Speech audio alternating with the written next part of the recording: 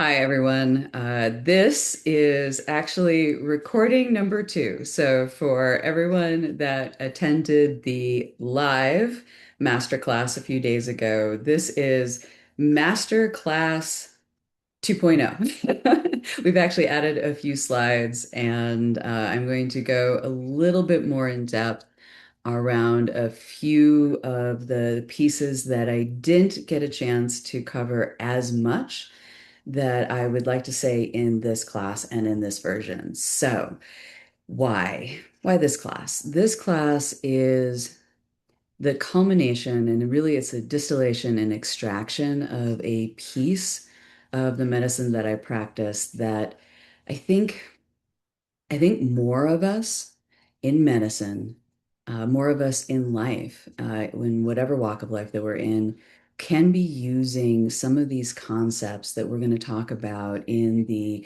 telling ourselves, telling each other better stories. Medicine, Myth, and the Heroine's Journey. This class is to showcase some of the concepts that have turned out to be the real transformational moments in a lot of my patients' practices.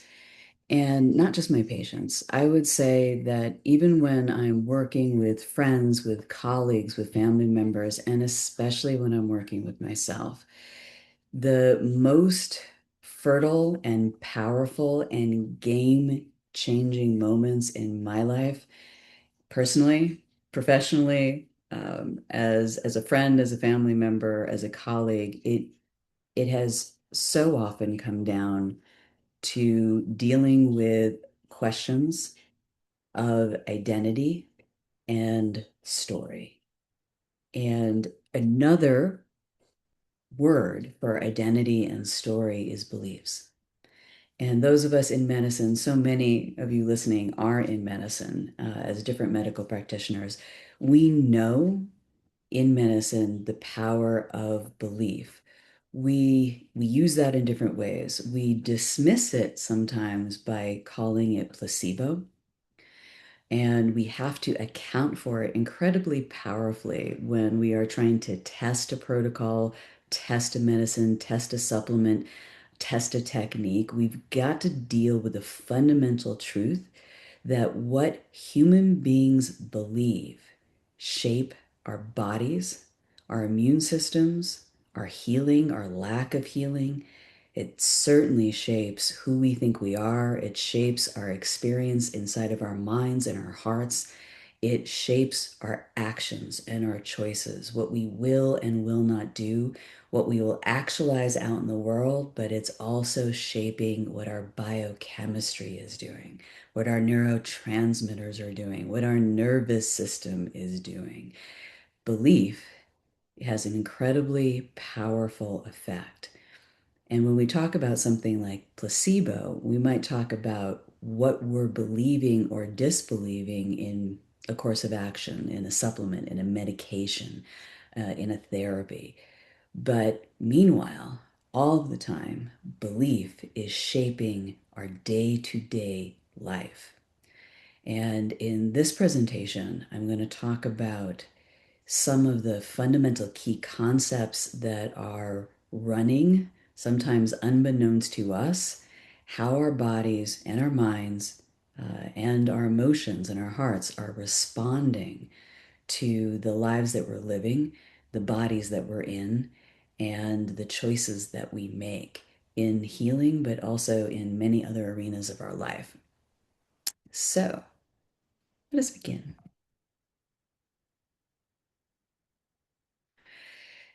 The fundamental question that I want to talk about is a question I think that concerns us all in and outside of medicine, which is what creates change, right? Everything is changing, and we are always, it seems like, striving to make something change, make something different, make something better. That arena can be in our bodies, in our health, in our optimization, in our wellness, in our degree of pain, in our degree of disability, but it also can be in our relationships, in our careers, in what we're achieving, in our finances, in in the dream life the better life that we would like to have instead of the one we might be living, at least in some aspect right now. And in medicine, we generally look to the therapy. We look to a cleanse, we look to a protocol, we look to a medication, we look to a diet, we look to an exercise, we look to a lifestyle intervention. Well, we look to many different things when we're looking at healing the body. But sometimes, not always, but often, when those other attempts are failing, a place that we don't, I think, look enough is where often the answers actually live for a specific individual in that moment in time. And this discussion is going to be first about the rules of the game that you maybe never even realized you were agreeing to play. What are the rules of this game of belief, of identity, and of the internal narratives that are ruling, programming, deciding, running how both our unconscious body systems are acting, but also the ways we choose different things in our lives and the way we choose to show up and be ourselves? So, a big concept that I work with a lot in private practice and that has turned into a whole 12-week program. The big concept first begins with the unexamined script, the story that you are telling yourself. And you probably are aware to some degree of your internal chatter, but stopping and taking the time to deeply examine the story you are enacting in your life and asking yourself, who wrote this storyline that I'm living? When did I agree to play the character that I am playing in this story? Because the character that you're playing, the identity that you're holding, and the internal script that you are running is in many ways going to determine what you think you are allowed to do, what you are allowed to become, how healthy, how wealthy, how capable. The way that you're going to experience life is determined in large part, not entirely, but in large part by the character you are playing and the role and the meaning of the story that you're living. So, a big part of the concept, and when we really talk about applying this in medicine, in transformation, professionally or personally, we've got to realize that we're dealing with the iceberg effect, right? Which is probably something that you may have heard of before, but let's take a moment. The story you know, the story that you are super conscious. If I was to just, if you were to walk into this room right now, sit down, and I was to ask you, who do you think you are? Like, who are you? Who are you? What do you do? Where, like, what's your story? What's your story, right? And those of us in medicine, we are asking our patients that all of the time, one way or another, in different words, in different times and to different degrees. What people generally can articulate right off the bat and what you can usually articulate to yourself just off the cuff is the story that you know. The story that is often a description of roles. Maybe your story will be, I am this job. I am a mother to these children. I am a wife. I am a husband. I am somebody that was born in this location, in this time. I am this age, right? Or in many cases in medicine, I am this person with these diseases. I am this person with these problems. This is the part of the iceberg of you that is above the waterline. This is the part you know, it's well traversed. It's what you can call up in a couple of seconds in order to tell somebody who you are, in order to explain what you're doing, why you're doing it, what's going on, what the problem is. That's the part that you can see. However, this is just the tip. The conscious mind and what it can easily give you is the smallest portion, oftentimes, of who people really are. It may be part of the voice that says, so and so can have this life that you see, that you know about it. Maybe it's your friend, maybe it's a family member, maybe it's what you see on TV, maybe it's an influencer. But you might have this concept of other people can have the things that I want to have. They have the health I want, they have the body I want, they have the kind of relationship I want, they have the kind of money I want, they're living the kind of life, having the kind of career. This sort of stuff. I get it. It exists. It's out there. People are doing it. I want some aspect of that, and yet you're not living it. I can't. I'm not. I keep trying. It's not working. That's not my story. It's not who I am. We don't even realize necessarily that we are self-censoring what you are allowed. You're allowed to want, you're allowed to dream, but we often self-censor what we are allowed to actualize.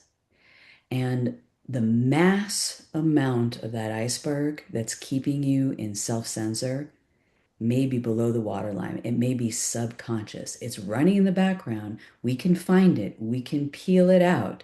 We can make it reveal itself. But most of the time, you're not even paying attention to all these beliefs about who you are, what your life is about, the meaning of life, what you're allowed, what you can and cannot have.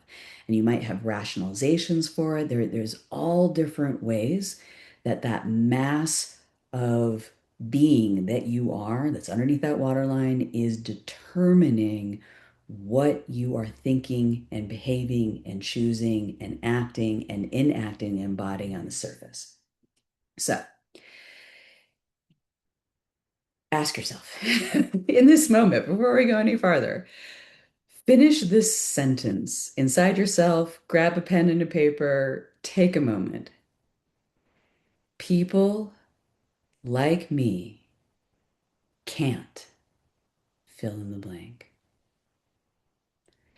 People like me don't have what? People like me can't experience what? People like me, I can't. The amount of times that we respond to our desires, our dreams, our wishes in various unconscious ways. Yes, I want this thing, but I can't have it because. Because why? So much of the most interesting work happens when we go down those journeys, those pathways on those sorts of questions and find out not what you're just thinking on the surface, but what's happening underneath the surface. What's happening in your body? What's happening in your secret mind? What's running this program? The mass amount of body, subconscious, feeling beliefs, the mass of that iceberg is what is actually making the waves in your life. You're running around on top of the waterline in your conscious thoughts, thinking that your conscious thoughts are going to determine everything. It works that way for some people. People that are profoundly and deeply aligned, conscious to subconscious, feeling to mind, mind feeling to body. When these are in perfect alignment, then you are aware and you are moving all of your forces, and the things that actualize and happen in your life are happening in clear and obvious ways. This is not often the case. Often we are running cross currently. We are running programs that are the exact opposite of what we say we want. Yes. So a big piece of this is that we've got to look at and examine how there are stories, beliefs, feelings, and ideas, and identities and expectations about what your life means that we have inherited from our families, from the people that raised us, from our schooling, from our culture, our society, our religion. We could have inherited from certain significant relationships. We could have inherited stories because of events that happen. There's the stories that we have inherited that are empowering, and then there are ones that are disempowering. And what's interesting to me about what's happening in modern life is that so many of the stories that seem to be being spoken and told in media, right, in Instagram, on Facebook, or in sitcoms, in books and movies, in our families, in our society, in our culture, there's a lot of stories that I'm finding are disempowering or overwhelming people and not necessarily have that kind of deep wisdom, deep teaching, and deep empowerment of the ancient stories, of the ancient archetypes, of the ones that have been handed down to us, maybe for thousands of years. Many of those, when I compare them to our modern stories, the old stories have more clues, more hints about empowerment and power and how to survive a life and how to optimize a life and how to actualize yourself versus in a way that has power, that has stability, that accepts the challenge of being human and gives us ideas about how we can meet those challenges, ways that are good for us, that are good for our families, that are good for society, versus many of the stereotypes that are running. The difference that I want to point out here is that the archetypes and the myths, and you got to be careful about which archetypes and myths you choose, but in the archetypal Jungian sense, the patterns of power and identity and story that have been kind of sticking with us throughout societies and throughout thousands of years, the archetype can hand a woman in particular, men and women both, but can hand a human power versus the stereotypes, and this is true for men and women both, the stereotypes are often disempowering, even when on the surface it seems like it's offering you power. But there's that double-edged sword that comes with a lot of stereotypes, right? The good girl, right? So many women, as an example, boys have this, right? The good boy. We are raised to want to be good, but how we define what good means is where it's where the devil in the details actually comes home to roost. How have we internalized what being good means? How have we internalized what being successful means? How have we internalized what being worthy or lovable means? That is where a lot of the work is because it's a powerful message. Most people are striving to be good, successful, meaningful, significant, lovable, chosen, right? But by what metrics? Stereotypes, modern stereotypes for the woman, the natural caregiver. So women are naturally assumed that if there's caregiving that needs to happen in a family, in society, in a situation, in an event, that women are going to do the caregiving. Maybe. But that's the fallback position. We're also assumed to be the relationship anchor. Women are going to be the ones that will caretake relationships of different kinds, even at work. Women will caretake relationship. That's their job, to caretake the relationship, to figure out what relationships need and to caretake them. We have other stereotypes now. We have the superwoman stereotype, the woman that can be everything at home, everything for her mate, everything for her kids, everything in her job and her career. The do it all category, which so many women have tried to live. And of course, obviously, if you stop to think about it, being a rock star in every single arena for decades is probably impossible. So, therefore, failure is inevitable. Therefore, there will be a challenge to the mind, to the heart, and to the body when you are realizing that you are failing at a thing. You're failing at an impossible thing, but you're failing at the thing. Failure, endless failure, daily failure, failure that accumulates over time, whatever it is you think you are failing at, drops your immune response. Failure can create anxiety, failure that can create depression. Failure creates overwhelm. Failure creates poor sleep. Failure creates a low immune system or a highly inflamed immune system, depending on how it's running the hormonal response and the nervous system stress response. So when we choose what we are striving to be, what model we are trying to enact, understand that there are consequences that we're living in our body if we are failing in ways we think we should not be failing. So, Superwoman, Boss Babe, maybe Shrinking Violet, maybe the pendulum is swung, right? And we think of ourselves, and I've met many women that think they're stuck being quiet and overlooked because that's the kind of person they are. Because somehow they were programmed to believe that who they are is less than. Who they are, at best, is to play a supporting role in someone else's story. They're the helpful, good wife that has no power, but that does everything for her children and her husband. They're the helpful woman that does everything at work unasked, without credit, and without advancement. They are the one that helps all their friends.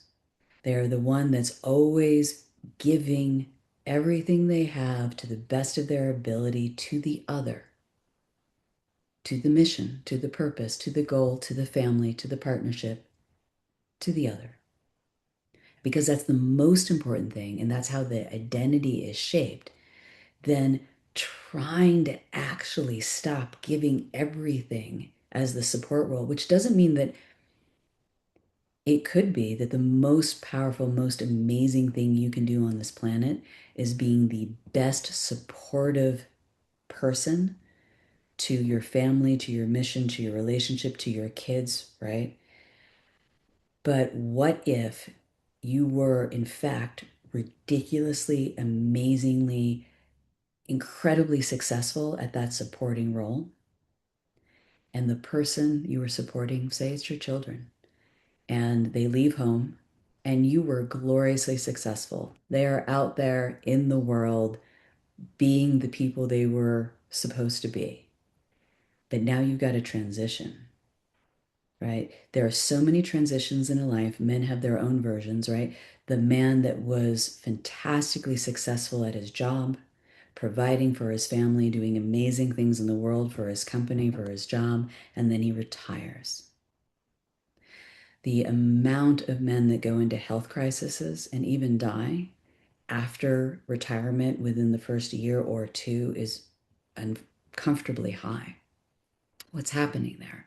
What's happening there is the shift of identity and purpose has not successfully been done in a way that's fulfilling and allowing the person to thrive in a different identity and a different role with a different story.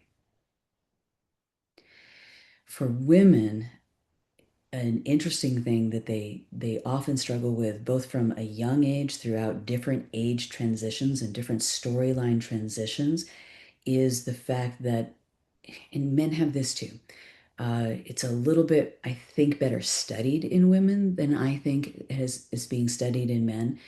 But women are told so thoroughly, starting early, there are exceptions to this rule, but so thoroughly what we are supposed to want. what we are supposed to feel, not just achieve, not just be. Women are told how we're supposed to feel about it and what we're actually supposed to want. And if something happens, we're told repeatedly, and we internalize, the amount of women I hear articulate how they want to feel about something, how they want to think about something. Problem is, it's not actually how they think. It's not what they actually want. But they are so drowned out by what they should want, what they should feel, how they should think, that they almost can't get in touch with what's authentic to them, their authentic desires, their authentic way of being. That's a journey where we can look for some of the powers and the structure and the scaffolding and the storyline. We can look at the archetypes. And in the 12-week program, we look at that deeply. We look at how the queen of heaven, Inyana, descends into the underworld, right? She goes through this deep descent and returns wearing power, sovereignty, and self-reclamation. We can look at the story of Psyche. I'm not going to tell all the stories here. But I'm just going to talk about like how we use myth and archetype. We can look at the story, you can Google this, of Psyche and how she's being tasked by the gods to do impossible tasks. There's like rich stuff in here. Like she's just, the amount of women that come in and tell me what they are striving to do are a series of impossible things. They are living Psyche's myth. They are living the impossible task list. Now, Psyche, interesting, solves this problem of the impossible task. And as a reward, she is made immortal by the gods. But actually meeting the challenge of impossible tasks is an interesting road to look at. Persephone is the goddess who was kidnapped, right, and abducted by Hades, the lord of the underworld. And her story is again like Inyana's, it's one of descent. Both of these women mythic figures are women of power who go into the process of descent, of abduction, of wounding, of loss, of grief, right, of being humbled, and they meet challenges and they descend into the experience of being themselves and the human, and they face the shadow and they face the underworld and they rise again and they come back reigning more sovereign, more capable, more powerful, more wise after they have faced the process of descent and faced the process of the shadow and faced the trauma and faced the griefs and faced the losses. So the other, archetypes of wise woman, of healer, the vulva, who's like seer and magician, and wise woman and healer, the oracle, like there's so many archetypes that are so much more powerful and evocative than some of our modern stereotypes. And in the 12-week program, we talk a lot about why is it powerful? What is it showing us about truth?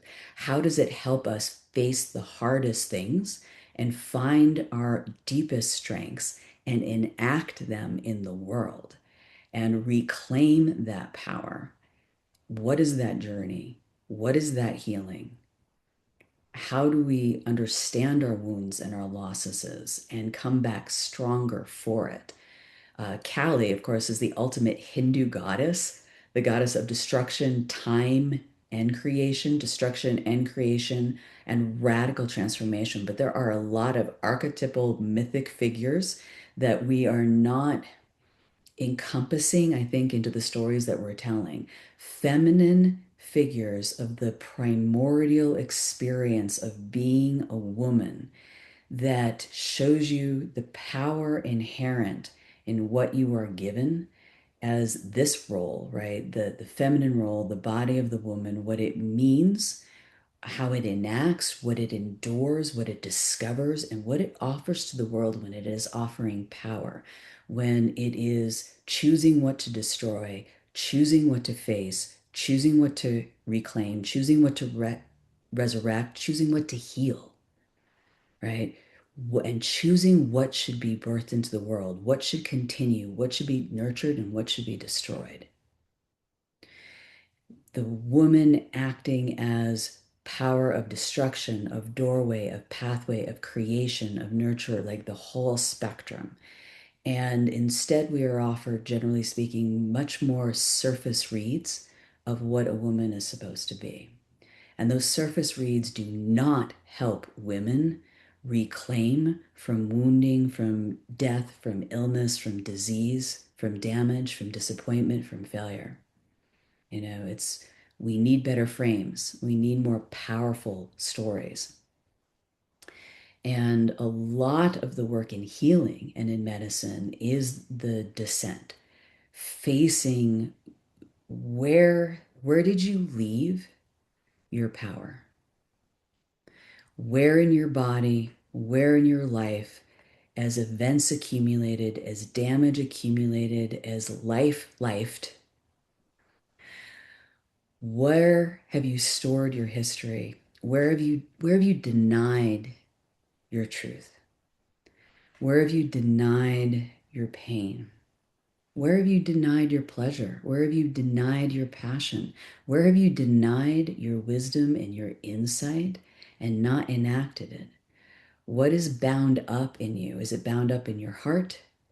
Is it bound up in your subconscious? Is it bound up in your actual body? So the story of Inanna is a story which we won't get into of the process of releasing these false narratives that we have, discovering deep truths, and then surfacing and integrating them. Isis is the, penultimate myth where she gathers the pieces of her beloved who has been scattered to the four winds, 14 pieces scattered across the earth. And this is truly the functional medicine, the natural medicine, the holistic medicine story, where we find all the pieces of someone, all of the scattered remains of their history, and we look everywhere. We look in their history, we look in what they've endured. We've looked at what they've tried. We've looked at the viruses or the relationships or the diet or the behaviors or the exercises or the accidents, right? We're looking at where you have left some of your vital force and reclaim them, reintegrate them, revitalize them, and make them anew again. The healing as the remembering and putting back together the scattered pieces of a body or a life or a story and making it whole again, making it complete and vital and full and deeply aligned through all the pieces of yourself. This is the power of all the different versions of holistic medicine. And so, an important piece of this work is to understand again, we can look at the mind, we can look in the subconscious, and we can look in the heart, but we also very much can look in the body as a keeper of the story, body as keeper of history, body as keeper of wisdom and truth. Where is the pain in the body? Where is the tension? Where is the trauma? Where is the fear? Where's the anger? Right? So much is stored in the fascia, in the muscles, and how we're holding our body.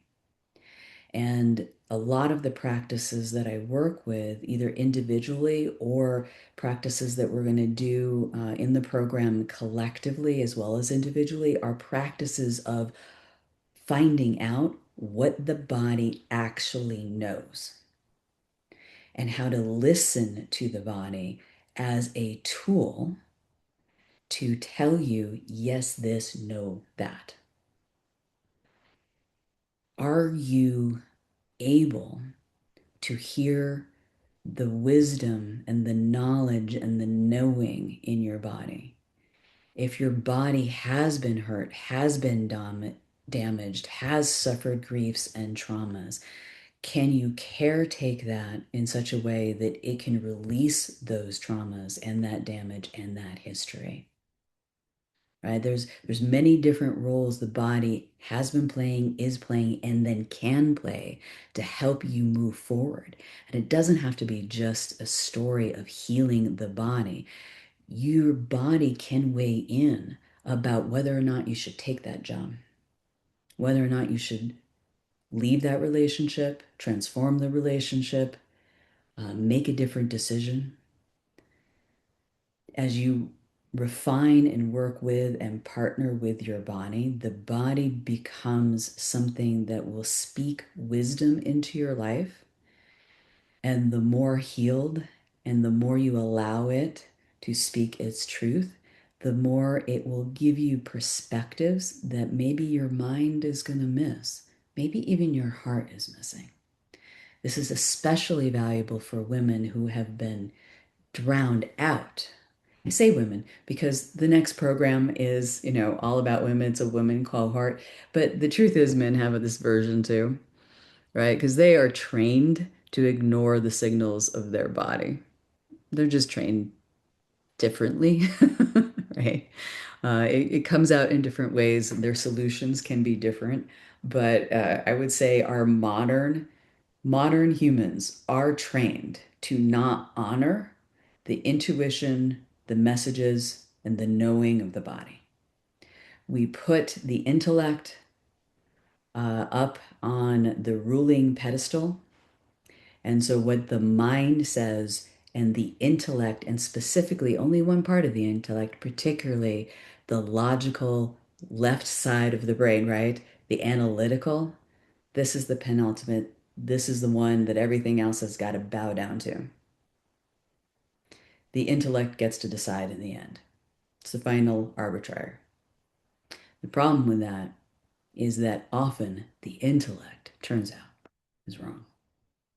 And the body that you made sit in the corner all these years has been sitting over there looking at you like, I've been trying to tell you, you haven't been listening.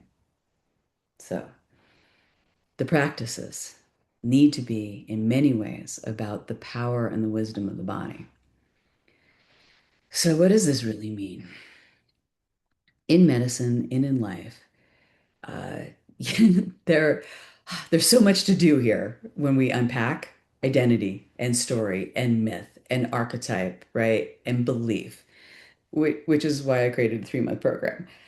But there are times that it's not that complicated. There are times when literally asking the right kind of identity, meaning question, story question. I've had times, they've taught me, I've had times where I just asked the right question in the right way to someone, and the answer changed their whole life. The first time I saw it happen, I had a woman come in to my practice. She had a stack of medical records. She had, I don't know, a dozen different diagnoses. She was, on all different medications and supplements and protocols, and she'd been coming back to this clinic for years, years and years and years. Saw so many practitioners. And it was a lot, right? And I was handed her chart like 5 minutes before I walked down to sit. So I saw this huge chart. I know she'd been coming to the clinic for forever. And so I figured we just cut to the chase. So I sat down and I looked her in the eye and I showed her the chart I had just been handed. The chart like this thick, several inches thick. And I leaned forward and I just said, "Tell me your story in your words. Who are you? And what has happened in your life? What is this about? What is that chart over there about?" And she talked for 90 minutes. Luckily, I had the time. And she told me her story. She told me a whole story from beginning until us sitting in those chairs in that moment. And she listened to herself. I might have asked one or two questions, but mostly she just told her story. And the most important thing is that she listened to her tell her story. And she got to the end of telling me and telling herself her story, and she froze. And she said, "This is ridiculous." I'm like, "Is it?" She's like, "Yeah, I don't want to be her anymore. I'm done. I'm stopping this. I'm going to do something else. I'm going to be somebody else." I never saw her again. Months later, I got a postcard from her. She was traveling, she was living her best life. She told me I was the best physician that she had ever met. And people, I was not the physician, right? I was not the physician. What was the physician? The story medicine was the physician. She heard her own story, heard it for 90 minutes, told it for the first time, realized she was done because it was a story of pain and limitation and disease and problems, and she was just done. And she just walked away. She walked away from all of it. Um, Most people don't play the game that way. Most people need to go deep. They can't just realize that they don't want to live that story anymore. But I've seen it happen. It's not the first time. It was the first time in my medical practice, but it wasn't the last time. I had a man come in and he drank too much, he smoked too much, he was depressed, he was tired, he was inflamed, he was a problem for his family. He was a good provider. He was a very good provider. He provided for his kids, he provided for an extended family, and he was miserable, and his body was breaking. And I looked at his blood work. I looked at his chest x-ray. I looked at it for a long time. I looked up at him and he looked me in the eye and we just stared at each other. And he said, "Doc, give it to me straight," he said, because he was that kind of guy. Mechanic, airplane mechanic. And so I did. I just said, "Man, simple. You were dragged in here by your wife. So what I want to tell you and what you need to do doesn't matter. What I need to know from you right here, right now is who do you want to be and what do you have to live for?" He looked at me a long time and he thought about his life. I could see that. He was doing a whole life review. We talked about it later. He didn't tell me about that time. And he looked at me and he told me what he wanted to live for. Turns out he wanted to see his grandkids get married, grow up. He wanted to be around for that. Mattered to him. And he said, "Okay, what do I need to do?" I told him, "List. These are the diets. You got to stop drinking. You got to stop smoking. You got to eat like this. You got to do this. You got to do that." And he's like, "Great." And he walked out.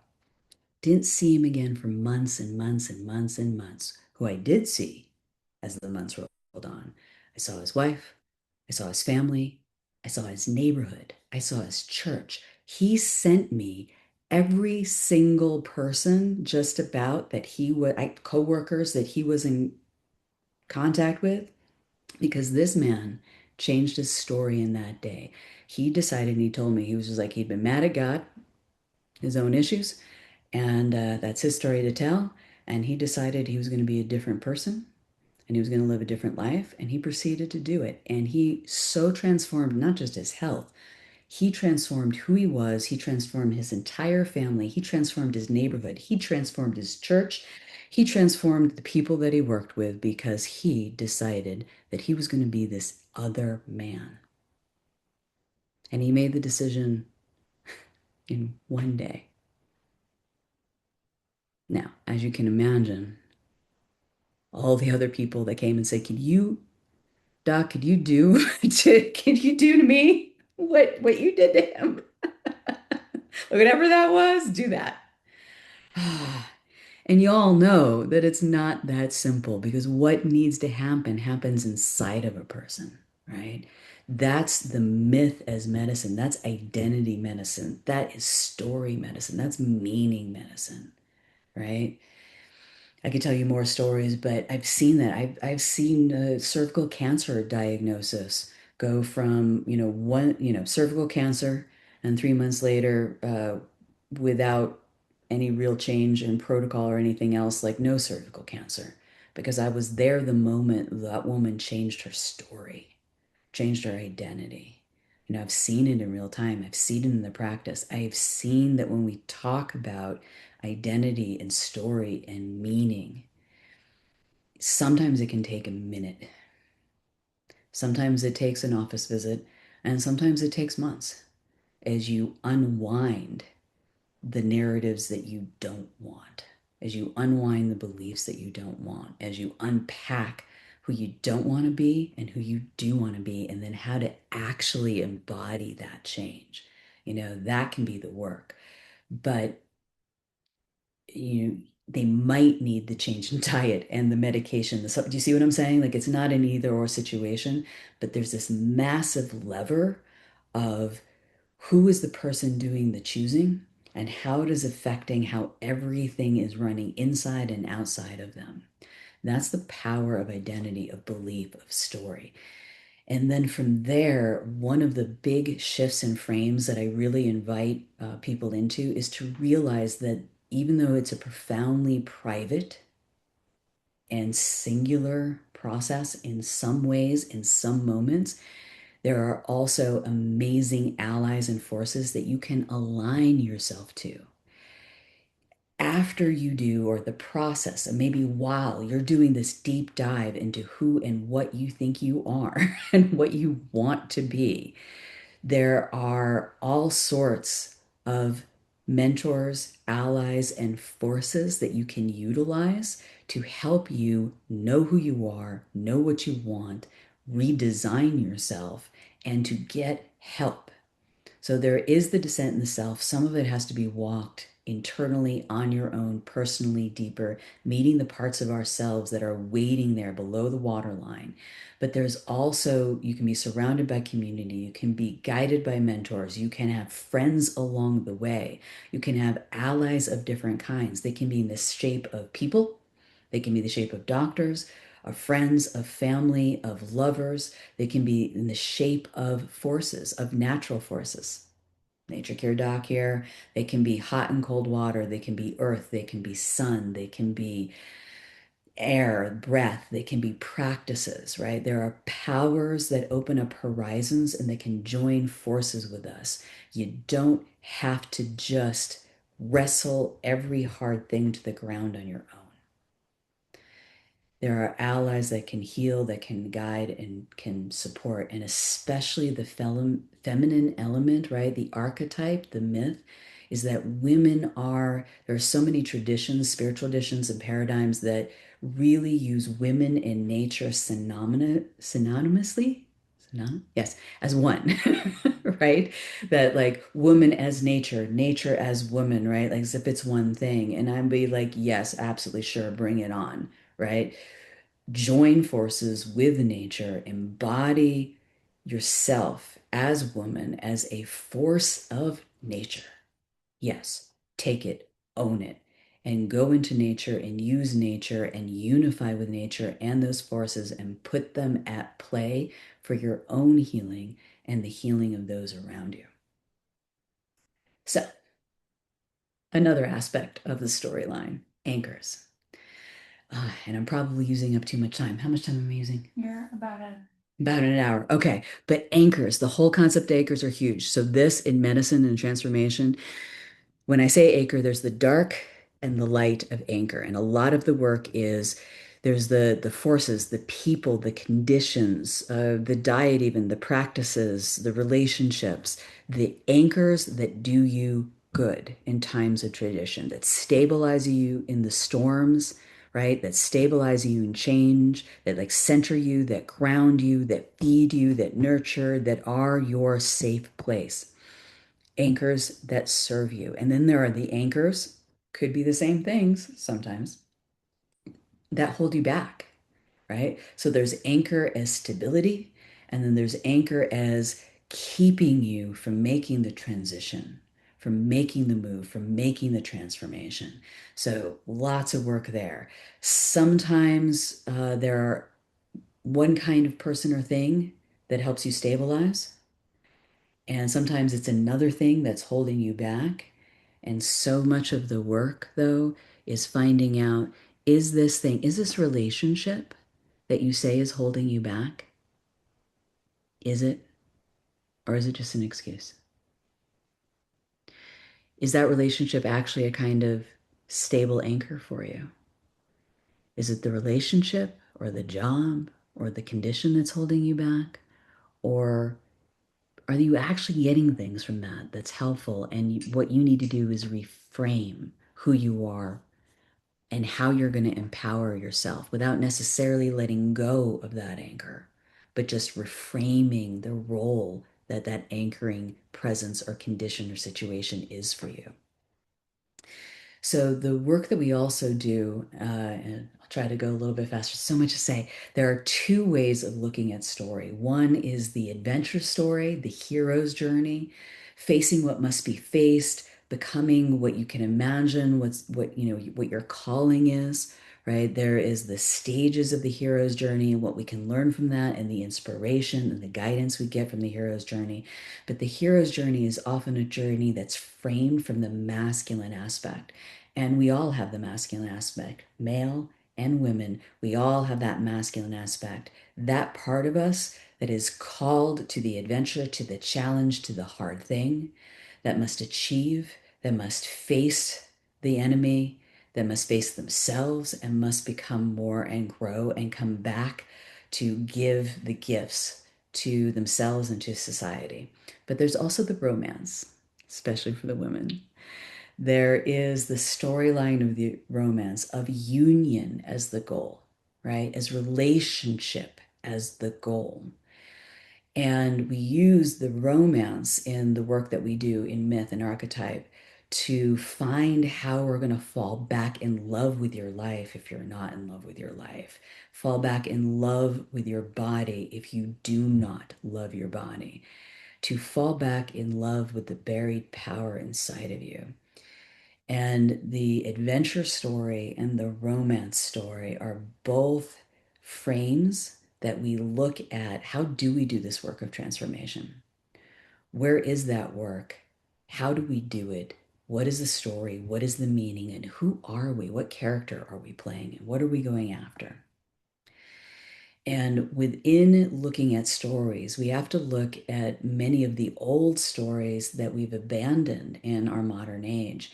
And this Song of Songs is actually a biblical, Hebrew biblical story in the Bible. And it's a story of the Shulamite and her beloved. It's actually a biblical story written in a very poetic, even almost erotic and sensual way. It's about the story of two equals, the masculine and the feminine, trading longing, trading pursuit, trading the balance of the dance of the male and the female until they become ecstatically unified in the sacred marriage, and then they come back apart again, right? It's the bringing together of union and coming apart of longing and pursuit and culmination of union, and then again back into separation, but always as equal forces, not the same force, different, complementary, but equal. And it's also where we have to ask ourselves, is spirituality and sensuality, right? Is romance sacred? Is sensuality sacred? You know, what role is that playing in your own life? Are you celebrating the body? Are you celebrating passion and sensuality and the experience of craving for union? How is that actually enacting itself? Is it enacting itself in a healthy way, in a realized way that's feeding you, that's making you healthy and strong? Or are you tied up in knots because of unmet needs or misinterpreted understandings of this role in your life? And so the body as holy ground, desire as devotion, union as a shape of the divine, I think for many women is so core, because for so many women, the actual status of their most intimate relationships is having a massive impact on their health. Huge. The kind of work that we often need to do when people are dealing with chronic illnesses or challenges or body situations, mind issues, this sort of stuff is so often for women, it's we have to look deeply at the truth of their relationships, the truth to themselves, their relationship to their self, yes, their relationship to their bodies, their relationship to their life, but so much of the work is their relationship to relationship. Okay.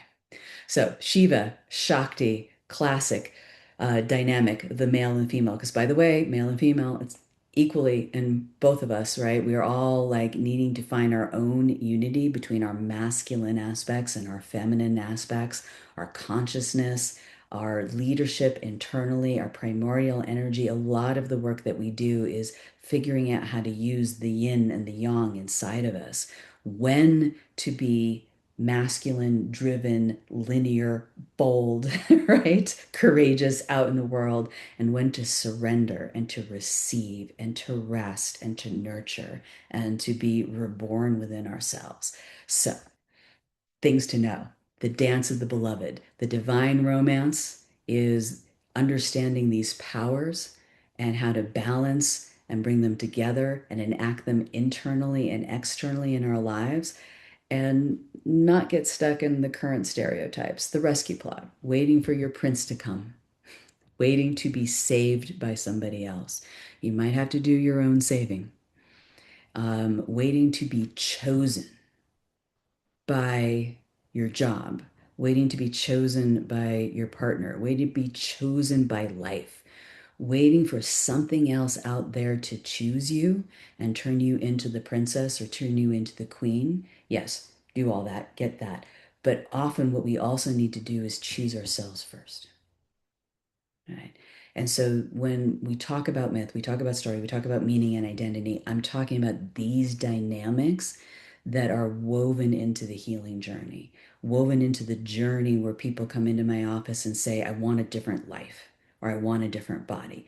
This is where we have to look most of the time because the data is out there, the exercise protocol, the cold plunge, the sauna, love all those things by the way, but we've got all these people with all this access to all this data and all this resource about how to change your life and how to heal and how to achieve your best relationship and your wealth and all the different things like that. And people still aren't doing it, right? They still walk in not actually finding the way to their better story. So, what's going on there? What's the work? The work is realizing that how you choose becomes your reality. And you can realize that you enact choice in micro and macro ways every single day. Every single one of your choices, how you think, how you feel, whether or not you take that walk, how you sit in your posture, what sort of food you're going to eat, what you're going to say yes to when it comes across your desk, what you're going to say no to, how you're going to talk to that partner of yours, how you're going to talk to your kid, how you're going to talk to your boss, how you're going to spend your free time when you finally have some free time, for those of you that have free time, right? Every single choice in all these different arenas is a drop of power, a drop of resource. If you've got a bucket that you've labeled my dream life or my dream body or my dream relationship, or maybe all those things, you can ask yourself, in all of these choices that you are making every single day, every single moment, thousands of them, how many of those choices are drops in the bucket of your dream life versus scattered on the ground, other buckets, buckets you hate, old buckets, leaky buckets? How many of your choices are you putting in that bucket that you say is everything that you want? And we can look at that. Where are you making, where, because you don't have to make every single choice today, like some of the stories that I told you. You don't have to make every single drop go into that bucket, but the more micro drops you put, right? Like the faucet that's dripping over there in the corner because you can't figure out how to shut it off. And it seems like it's just one or two drops, right? One drop a minute, one drop a minute over the course of a month compounds into a flood. If you figure out how to put more and more of your drops, even if it's just little micro choices, into that bucket will eventually overflow. And now you're living that dream life. You got a dream life bucket that's overflowing with the result of your choices.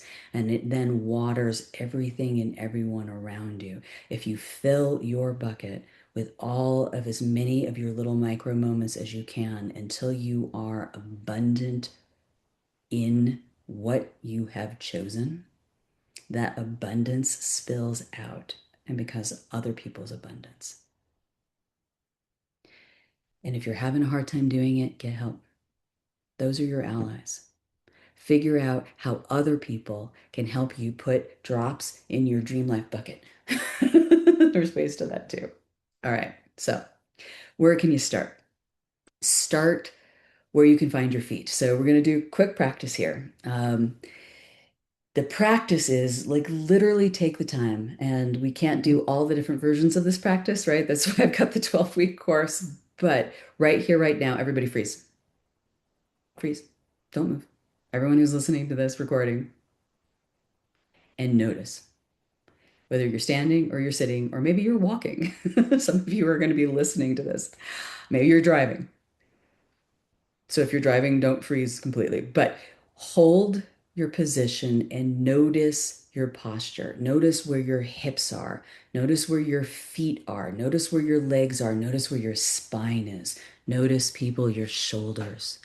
Notice whether or not you are breathing deeply and fully and completely, or shallowing. Notice where your head is sitting on your neck. Is it forward? Is it back? Are you crunched? Notice the tension in your body. Are you standing strong or sitting or moving with ease?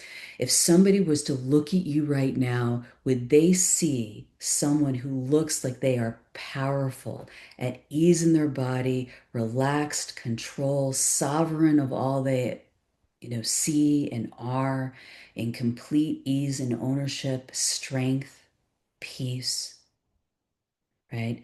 Pain-free, aligned, calm, right? Or if they were to look at you, if you were to look at yourself, do you radiate stress? Do you radiate worry? Are you collapsed? Are you fearful? Are you braced for the blow? Right? Are you curling forward? Are you collapsing inward? Right?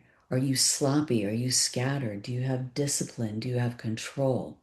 There's so many different ways that how our posture reveals big things and little things. They have done studies that how we stand, how we hold ourselves, how we move, how we place our arms, right, on our hip, like the postures that we use change instantaneously, almost very, very, very fast, our hormone picture, right? And our hormones are going to change our immune system.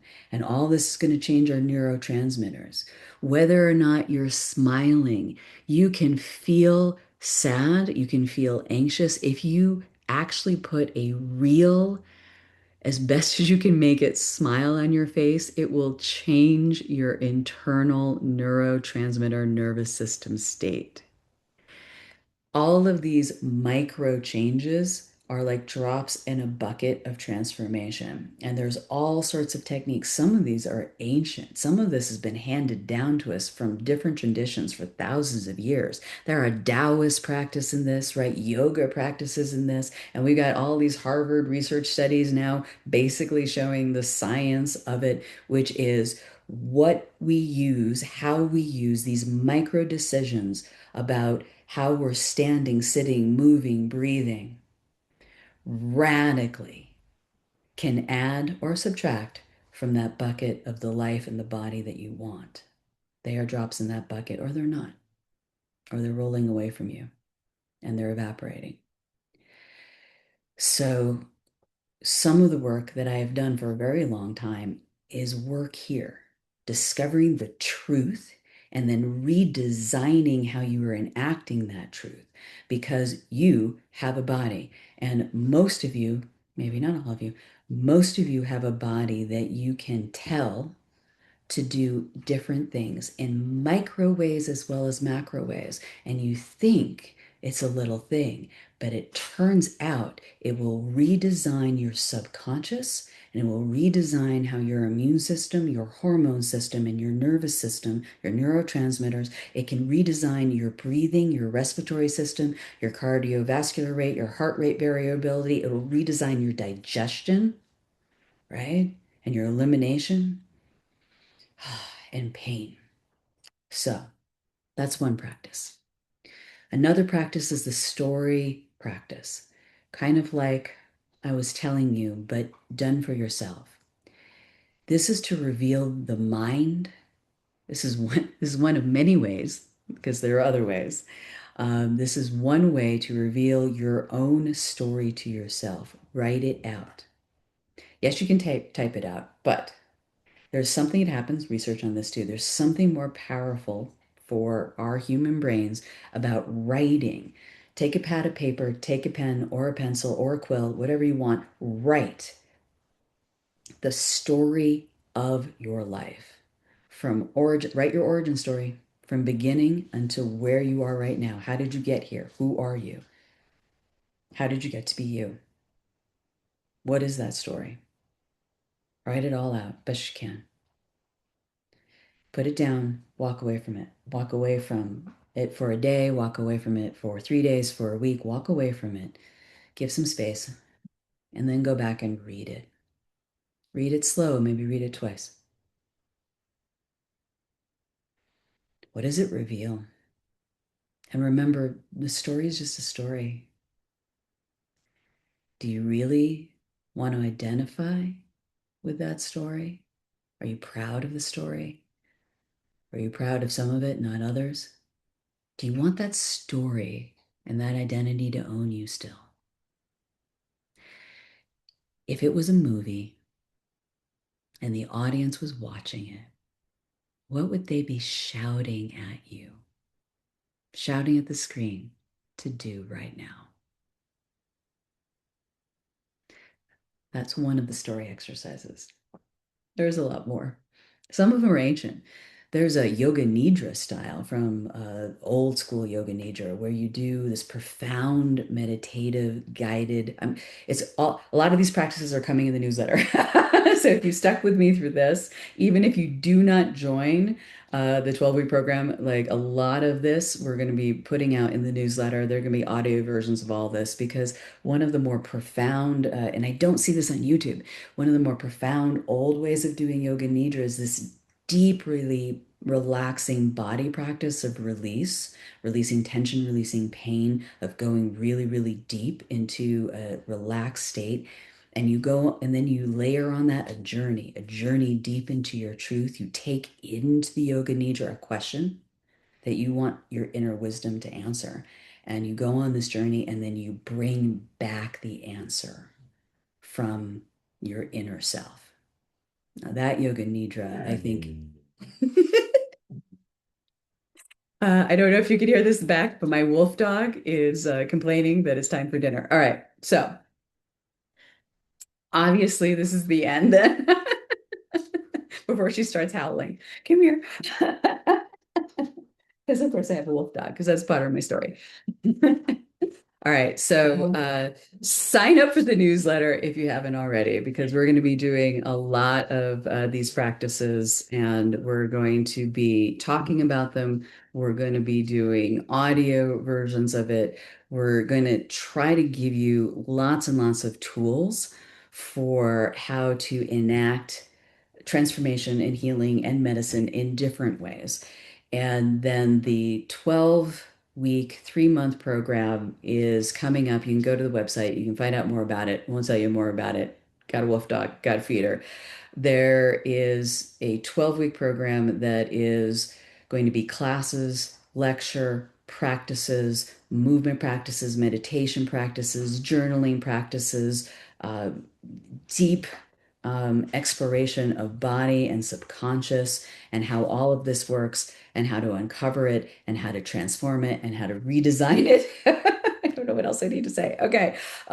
If you want to find out more about it, just look at the website, give me a call. A lot of you have my email, have my phone number, or go to the website and book just a free call, talk it out, see if it's relevant to you. I do two different versions. One is just kind of the group one, and then one is the female alchemist. And that's the one where if we really need to do medicine, right? If we do need to include medical care, as well as doing this journey at the same time, then there's a pathway for that as well. If you have any questions about any of this, reach out to me. Many of you there know or have various of my emails. Dr. Sarah Hazel at gmail.com is the one I look at the most. And I hope to hear from all of you. Do let me know. I'd be deeply grateful if any of this was resonant or meaningful, and if more depth in different directions along this line is something we should put in the newsletter. So, everyone, take care.